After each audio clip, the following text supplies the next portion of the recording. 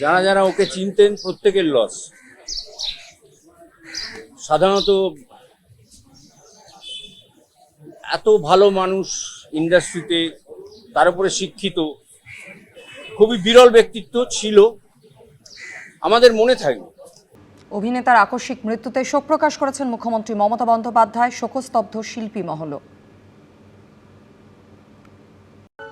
স্ক্রিপ্টের সঙ্গে আষ্টে পৃষ্ঠে বাঁধা ছিল তার জীবন। সেই মানুষটারই জীবনের শেষ স্ক্রিপ্টটা এমনভাবে লেখা হবে কে জানত? উদয়ের মধ্য গগনে অরুণোদয়ের এমন অস্তাচলে যাওয়ার তো কথা ছিল না।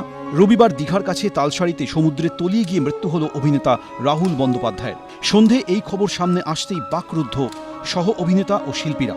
ভালো লিখতে পারতো, পড়াশুনো করতো, প্রচুর নাটক করতো, খুব ভালো নাটক। আমাদের ইন্ডাস্ট্রি তো ক্ষতি হলো, পরিবারের ক্ষতি হলো, ওর একটি ছেলে আছে।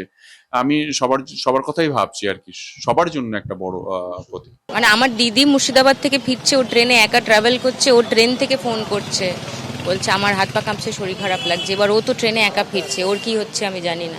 লস কিনা আমি জানি না, হয়তো লস, আমার অনেক বড় লস। নাকতলা হাই স্কুল থেকে উচ্চ মাধ্যমিক পাশ, আশুতোষ কলেজ থেকে বিসিএ। পড়াশোনার সাথে সাথে অভিনয়ও চলত সমান তালে। কিন্তু 40-এর কোঠার শুরুতেই এভাবে সবটা শেষ হবে কে জানত? যথেষ্ট ভালো অভিনয় করতে পারে, নয় যে জানে না, অনেক কিছুই জানে। এরকম একটা অ্যাক্সিডেন্ট যদি হয়, মানে কি বলবো, আমার কিছু বলার নেই। এই কিছুদিন আগেই জাস্ট ছবি শেষ করলাম, একটা সিন করলাম, আমরা বহু রাত ধরে শুটিং হলো, এবং তখন ও আমাকে বললো যে দাদা সিনটা ঠিক আছে তো। আমাকে বললো যে দাদা আমার এই পডকাস্টটা আছে, সেটা তুমি এসো, কিন্তু এসব কথা হলো। তারপর মানে এই একটা মর্মান্তিক খবর শুনলাম, শোনার পরে মানে অদ্ভুত লাগছে আমার। রাহুল বন্দ্যোপাধ্যায়ের বাবা বিশ্বনাথ বন্দ্যোপাধ্যায় স্বনামধন্য নাট্য ব্যক্তিত্ব।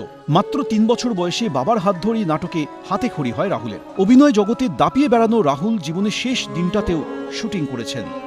মৃত্যুর কয়েক ঘন্টা আগেও শুনেছেন প্যাকআপ, তারপর সমুদ্র হাতছানি দিয়ে ডেকেছে তাকে। আক্ষরিক অর্থেই জীবনের প্যাকআপ কি এভাবেই হবার ছিল? আমি যেটুকু শুনতে পাচ্ছি, তালসারির যে জায়গাটায়, ওখানে আমি বহুবার শুটিং করেছি। ওখানে হঠাৎ করে জলটা বেড়ে যায়, আমার নিজেরও এক্সপিরিয়েন্স আছে। তখন ওরকম জল বেড়ে যেতে আমি দেখছিলাম পায়ের নিচে জল, হঠাৎ করে দেখলাম গলা অব্দি জল। জলটা যখন নেমে যায় এবং জলটা যখন বেড়ে যায়, ওই ক্যালকুলেশনটা সবসময় সেইটাতে হয়েছে না কি হয়েছে আমি জানি না। এই ঘটনাটা খুবই মর্মান্তিক। অ্যাকচুয়ালি ও হচ্ছে যেমনি ভালো অভিনেতা, তার সঙ্গে ওর এত জ্ঞান বলে কিন্তু ওর কোনোদিন কোনো মানে অহংকার ছিল না। এই ছিল, এই নেই, জীবন এমনই অনিশ্চিত। কালকেও শুটিং করেছি একসঙ্গে, আজকেও শুটিং করেছি। সকাল থেকে 3টের সময় আমার প্যাকআপ হয়ে যায়, আমি হোটেলে এসে ফ্রেশ হয়ে আমি বেরিয়ে আসি টু ফর কলকাতা। রাস্তাতে ফোনে খবর পেলাম যে এরকম একটা অ্যাক্সিডেন্ট হয়ে গেছে, রাহুল ইজ নো। দুর্ঘটনার খবর পেয়ে রাহুলের বিজয়গড়ের বাড়িতে যান মন্ত্রী অরূপ বিশ্বাস। আমরা সবাই আছি, আমাদের এই পাড়ার যত সবাই আমরা রয়েছি, ওর মার কাছেও আমাদের লোকেরা রয়েছে, নিচেও আমরা সব কিছু রয়েছি। আমরা সর্বতভাবে ওদের পরিবারের পাশে আছি। রাহুল বন্দ্যোপাধ্যায়ের মৃত্যুতে শোক জ্ঞাপন করেছেন মমতা বন্দ্যোপাধ্যায়। সমাজ মাধ্যমে মুখ্যমন্ত্রী লিখেছেন, এই খবর পেয়ে আমি হতচকিত, মর্মাহত ও শোকাহত। কি করে যে কি হয়ে গেল আমি কিছুই বুঝে উঠতে পারছি না। শুধু অভিনয় নয়, লেখালেখিতেও সমান দখল ছিল রাহুলের। 10টার বেশি বই লিখেছেন। থিয়েটার বলতে ছিল প্রাণ। চিরদিনই তুমি যে আমারের রাহুলকে চিরদিনের জন্য হারালো অভিনয় জগৎ। এবিপি আনন্দ। অভিনেতার এই মর্মান্তিক মৃত্যুর পর খুব স্বাভাবিকভাবেই প্রশ্ন উঠেছে শুটিং চলাকালীন নিরাপত্তা নিয়ে।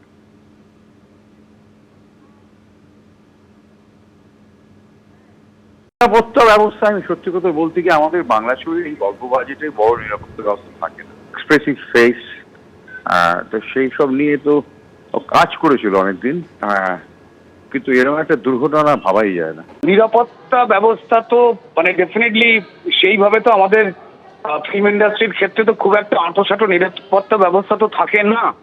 কিন্তু আমি জানি না মানে কি দৃশ্য আদপে জলের মধ্যে ছিল কিনা চিত্রনাট্য অনুযায়ী, নাকিও নিজেই জলে একটু নামতে গিয়ে তলিয়ে গেছে, সেটা আমার কাছে এখনো স্পষ্ট নয়। তবে নিরাপত্তা ব্যবস্থা আমাদের শুটিং এর ক্ষেত্রে তেমন ভাবে অভিনেতাদের লাইফ রিস্ক করে যে কাজগুলো করতে হয়, সব সময় দেওয়া সম্ভব হয় না, সব সময় থাকে এমনটা নয়। কোনো কোনো ক্ষেত্রে থাকে হয়তো কিছু সুপারস্টার তথাকথিত, তাদের জন্য হয়তো একটু বরাদ্দ করা হয়, কিন্তু বাকি ব্যবস্থা তেমন মজবুতভাবে থাকে না। ঠিক 18 বছর আগে 2008 সাল যে ছবির হাত ধরে জনপ্রিয় হয়ে ওঠেন রাহুল অরুণোদয় বন্দ্যোপাধ্যায়, সেই চিরদিনই তুমি যে আমার ছবির পরিচালক রাজ চক্রবর্তী এই দুঃসংবাদে স্তব্ধ।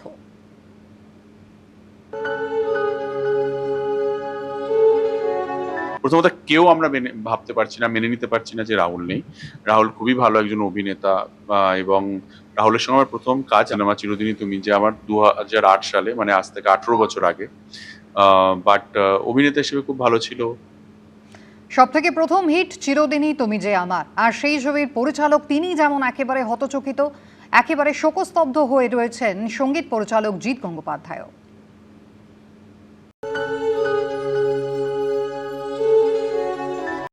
সাহিত্য চর্চা এত সুন্দর ওর, হ্যাঁ, লেখার হাত এত সুন্দর, অভিনয় তো মানে আমরা সবাই জানি তো ভালো।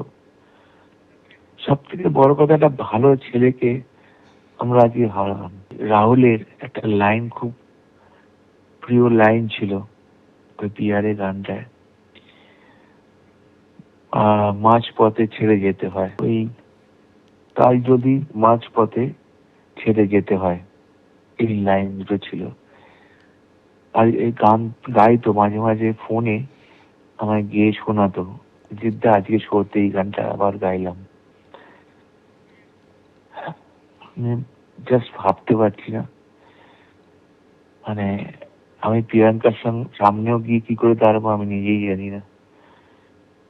কি বলবো, আমার সঙ্গে কিছু সপ্তাহ আগে কথা হয়েছিল, একটা পডকাস্ট করে, বলেছিল জিদ্দা তুমি এসো, আমরা অনেক গল্প করব। সে গল্পটা রয়ে গেল। 26 বছর আগে অভিনয় জীবন শুরু হয় রাহুলের। সিনেমায় অভিনয়ের পাশাপাশি চালিয়ে গেছেন মঞ্চাভিনয়ও, লেখালেখি করতেন, জনপ্রিয় হয়েছিল তার পডকাস্টও। গতকাল সেই বর্ণময় জীবনেই আচমকা পড়ল দাঁড়ি। অভিনয় ছিল রাহুল অরুণোদয়ের ধ্যান জ্ঞান। বাবা ছিলেন নাট্য ব্যক্তিত্ব, তার হাত ধরেই অভিনয় হাতেখড়ি হয় তার। 2000 সালে চাকা ছবিতে অভিনয় দিয়ে ক্যারিয়ার শুরু হয় রাহুল অরুণোদয় বন্দ্যোপাধ্যায়ের। 2004-এ অভিনয় করেন আবার আসবো ফিরে ছবিতে। 2008-এ চিরদিনই তুমি যে আমার ছবিতে অভিনয় করে দর্শকদের মনে পাকাপাকিভাবে জায়গা করে নেন রাহুল। অভিনয়ের পাশাপাশি লেখালেখি করতেন রাহুল, বেশ কয়েকটি বইও লিখেছেন। ইউটিউবে শুরু করেছিলেন পডকাস্টও। সাম্প্রতিক বিভিন্ন বিষয়ে আলোচনার জন্য সেখানে ডাক পেতেন বিভিন্ন ক্ষেত্রের কৃতীরা। এবিপি আনন্দ। রাহুলের মৃত্যুর খবরে দিশেহারা তার বন্ধু স্থানীয় শিল্পীরা।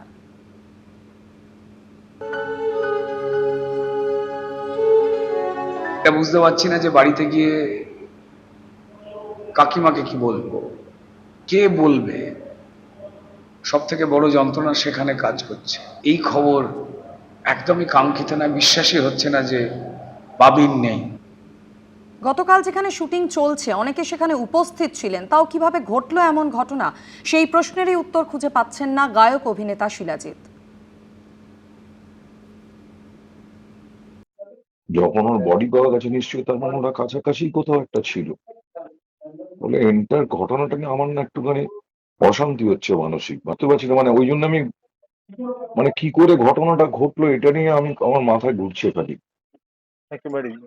কারণ ওর মতো রেসপন্সিবল ছিল, যতটা ওর অভিনয়ের সময় ওকে আমি দেখেছি, অভিনয় করাকালীন ওর সাথে আমি অভিনয় করেছি এবং একাধিক কাজ করেছি ওর সাথে।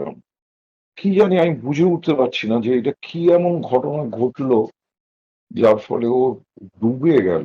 এবিপি আনন্দ, এগিয়ে থাকে, এগিয়ে রাখে।